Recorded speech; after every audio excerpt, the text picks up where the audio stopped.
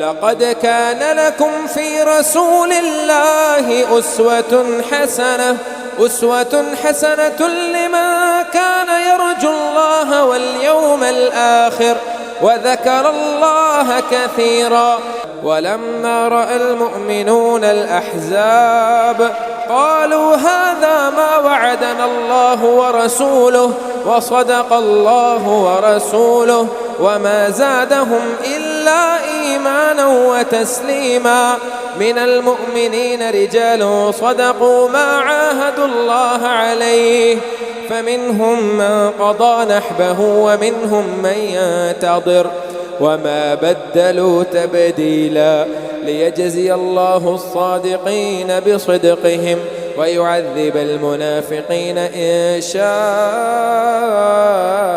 أو يتوب عليهم إن الله كان غفورا رحيما. ورد الله الذين كفروا بغيظهم لم ينالوا خيرا وكفى الله المؤمنين القتال وكان الله قويا عزيزا. وأنزل الذين ظاهروهم من أهل الكتاب من صياصيهم وقذف في قلوبهم الرعب فريقا تقتلون وتأسرون فريقا. وأورثكم أرضهم وديارهم وأموالهم وأرضا لم تطئوها وكان الله على كل شيء قديرا. يا أيها النبي قل لأزواجك إن كنتن تردن الحياة الدنيا وزينتها فتعالين أمتعكن وأسرحكن سراحا جميلا. وإن كنتن تردن الله ورسوله والدار الآخرة فإن الله أعد للمحصنات منكن أجرا عظيما. يا نساء النبي من يأت منكن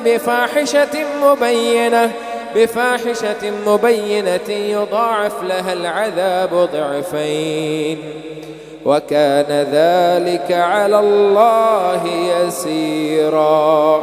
ومن يقنت منكن لله ورسوله وتعمل صالحا نؤتها أجرها مرتين وأعتدنا لها رزقا كريما. يا نساء النبي لستن كأحد من النساء إن اتقيتن فلا تخضعن بالقول فيطمع الذي في قلبه مرض وقلن قولا معروفا. وقرن في بيوتكن ولا تبرجن تبرج الجاهلية الأولى وأقمنا الصلاة وآتينا الزكاة وأطعنا الله ورسوله إنما يريد الله ليذهب عنكم الرجس أهل البيت ويطهركم تطهيرا.